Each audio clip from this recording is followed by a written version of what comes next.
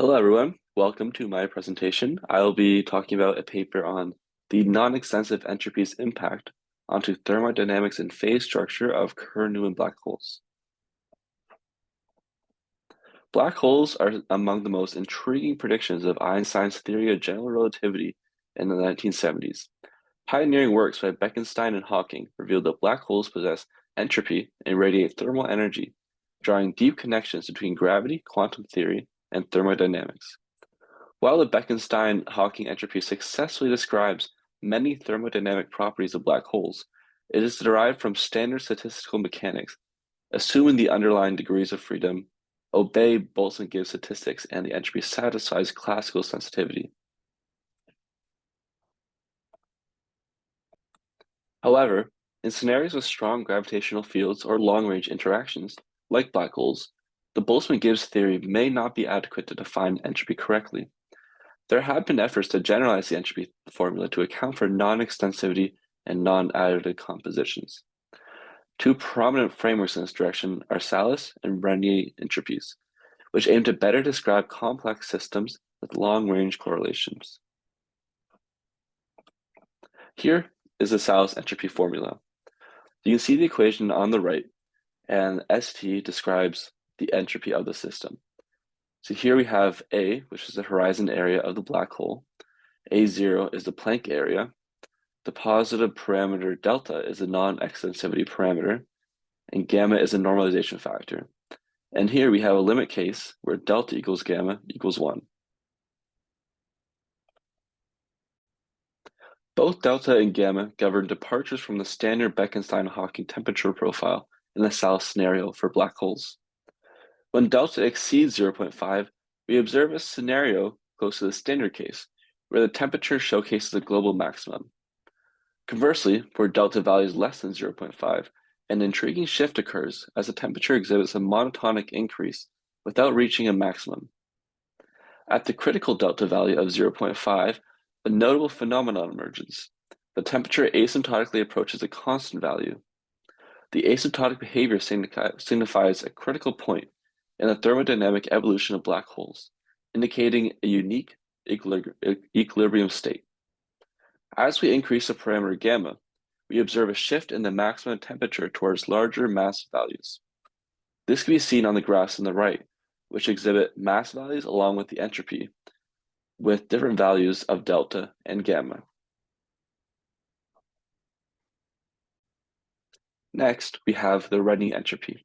And again, the formula for this is shown on the right. And you'll notice this one actually includes the term SB, and this is actually the Bekenstein-Hawking's formula for entropy. The deformation parameter lambda is connected to the non-extensive and non-local nature of SR, the entropy in this case.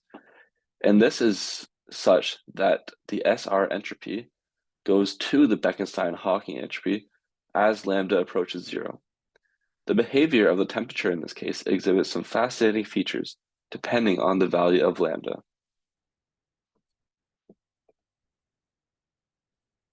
So, for Renier entropy, this offers a nuanced perspective on black hole thermodynamics, unveiling intriguing patterns as we vary the parameter lambda. Let's delve into the intricacies of Renier entropy and its implications for black hole behavior. When lambda equals 0, we observe a familiar scenario reminiscent of the Bekenstein-Hawking case. This configuration manifests a global temperature maximum, reflecting the standard characteristics of black hole thermodynamics. In the range between 0 and lambda critical, an intriguing phenomenon emerges, the existence of both maxima and minima. This distinct feature indicates the presence of 3 discernible regimes within black hole thermodynamics: small, intermediate, and large black holes. This signifies a pivotal moment in the thermodynamic behavior of black holes, marking a juncture in their evolution. Beyond the critical lambda threshold, a notable shift occurs as the temperature exhibits a monotonic increase of mass. For 0, less than lambda critical, a first-order transition between small and large black holes becomes conceivable, akin to the liquid-to-gas phase transition. Conversely, beyond lambda critical, the prospect of phase transitions diminishes.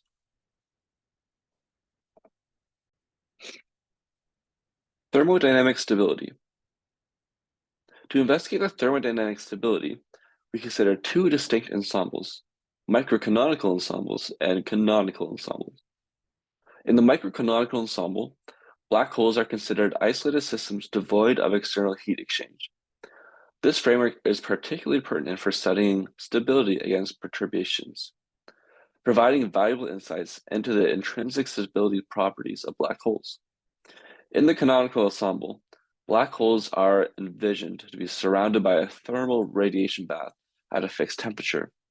This ensemble facilitates the analysis of potential phase transitions and instabilities within the system, offering a broader perspective on the thermodynamic behavior of black holes. Now for microcanonical ensembles. The graphs to the right indicate the conjugate parameters for the stability analysis for a microcanonical ensemble. In the microcanonical isolated case, our analysis using the Poincare turning method shows that both Salis and Rene non-extensive black holes are stable, similar to the standard Bekenstein-Hawking scenario. Looking at the graphs, there are no changes of stability for any mass value, indicating these isolated black hole solutions are stable under these perturbations. However, when considering the canonical ensemble with a radiation bath, the non-extensive entropy models exhibit richer stability properties. For the Salis entropy with delta greater than 0.5, a turning point appears in the thermodynamic stability curves. This signifies a transition between two regimes, stable small black holes with positive curve slope and unstable large black holes with negative slope. In the Rene framework, 0 less than lambda times c, there are two turning points, indicating three distinct phases, stable small, unstable intermediate, and stable large black holes. At the critical value of lambda equals lambda c, these two turning points merge, suggesting a second-order phase transition. In our analysis, we turn to the examination of free energy, as depicted in figure 11 to the right, to gain crucial insights into the phase transitions within Rene-Kerr-Newman black holes. Notably, as we observe across all curves, there is a significant intersection point where the free energy equals 0, marking critical points indicative of phase transitions.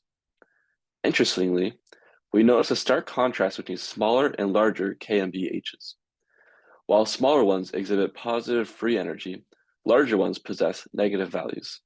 The contrast suggests a transition reminiscent of the Hawking-Page scenario. Furthermore, our analysis reveals that when the entropic parameter lambda falls below a critical value, depicted in the blue curve in figure 11, a transition from small to large black holes occur. What's particularly intriguing is the emergence of three distinct branches in our analysis: small black holes existing at lower temperatures, large black holes prevailing at higher temperatures, and intermediate unstable black holes bridging the gap between the two. To conclude, our study of black hole entropy has revealed intricate thermodynamic behaviors. We look today at Rene and Thales's entropy analyses, and these provide diverse insights into black hole dynamics. Ensemble approaches illuminated thermodynamic stability with clarity, and phase transitions in the Rene-Kerr-Newman black holes unveil critical points and transitions within black holes. Thank you.